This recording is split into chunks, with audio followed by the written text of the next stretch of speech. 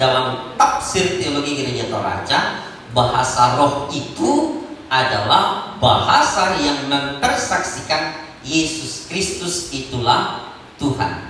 Kalau bahasanya tidak bicara tentang Kristus, bagi Toraja itu bukan bahasa roh, itu bahasa rusak. Jadi itu prinsip ya.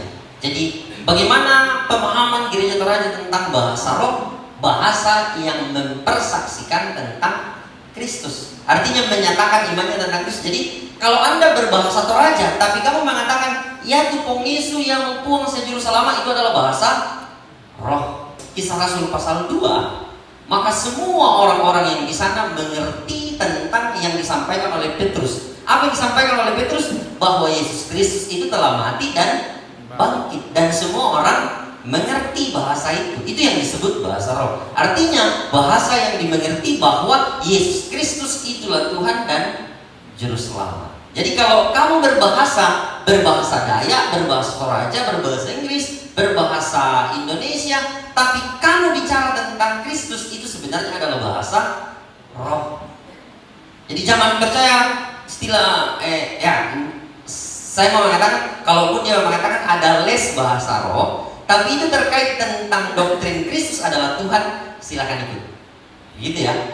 Maksudnya dia mau memperjelas tentang Kristus yang itulah Tuhan dan Juru Selamat. Tapi kalau bahasa yang dia mau buka itu dia bilang les bahasa roh, tapi bahasa yang nggak jelas artinya itu, yang entah dari mana, sudah pasti itu bermasalah secara teologis. Karena kita mau mendasarkan, kalau kita bicara sejarah, narasi itu kan dari ada tokoh gereja awal namanya Montanus melahirkan gereja Montanisme. Montanisme inilah nenek moyang gereja Pantekosta, gereja karismatik. Gereja karismatik ini bermetamorfosa di Amerika abad 18. Tokoh utamanya itu Jonathan Edwards, yang kemudian mengambil dimensi budaya Afrika yang suka lompat-lompat itu dengan segala narasi budayanya yang sangat ekspresif kan. Orang Afrika kan begitu. Itu yang kemudian dikutip, diambil, diadopsi, masuk ke dalam perayaan-perayaan ibadah yang sangat ekspresif. Makanya ibadah-ibadah teman-teman di karismatik Pantekosta itu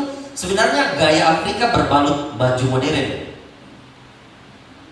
Itu kalau kita mau bicara narasi sejarah, itu sebenarnya budaya Afrika yang berbaju jas, dasi dan seterusnya, karena budaya Amerika yang berdasi.